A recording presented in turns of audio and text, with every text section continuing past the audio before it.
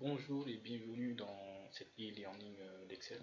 Donc dans ce cours, nous allons apprendre à prendre un Excel et maîtriser les fonctionnalités de base d'Excel. Donc sans pourtant tarder, dans notre premier cours sera dédié aux cellules. Donc qu'est-ce que les cellules chez Excel?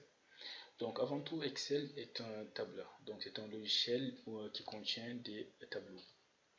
Donc des tableaux. Et quand on parle de tableau, on parle forcément de cellules.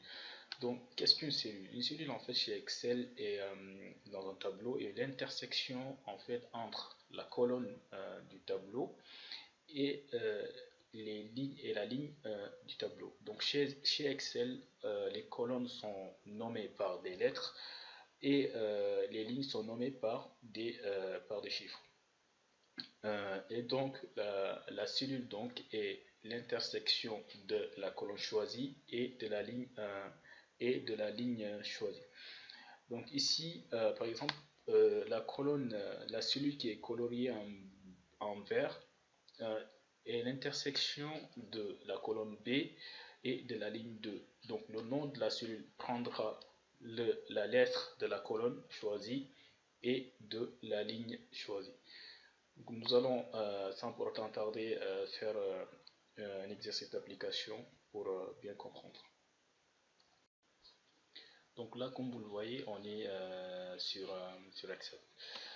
Donc comme je l'avais expliqué tout à l'heure, les colonnes sont représentées chez Excel par des lettres et les lignes sont représentées par des colonnes. Par exemple, si je clique sur cette cellule-là, par exemple la cellule E5, qui est en jaune, donc cette cellule en fait est l'intersection de la colonne E et de la ligne 5. Donc son nom est E5, comme affiché ici. Donc il faut noter que chez Excel, il est possible de renommer le nom de la cellule. Donc la cellule qui est nommée ici E5, on peut l'appeler autrement. On peut lui donner le nom qu'on veut. Par exemple,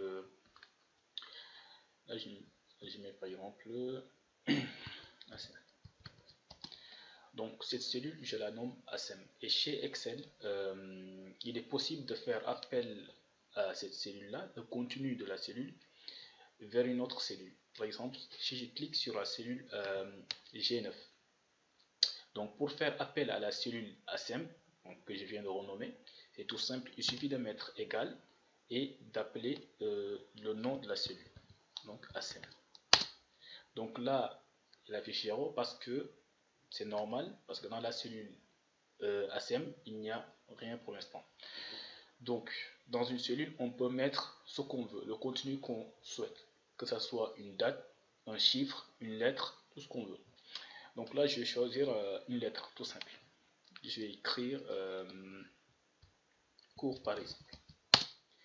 Et quand j'écris cours sur la cellule, dans la cellule G5, j'ai exactement le même contenu que la cellule E6.